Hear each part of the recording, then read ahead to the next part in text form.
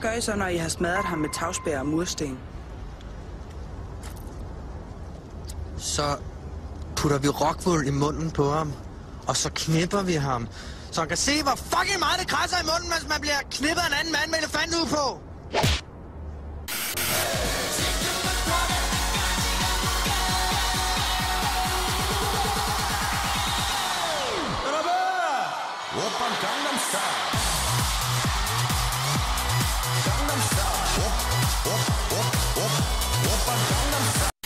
Men hvad har rockwool med sort arbejde at gøre?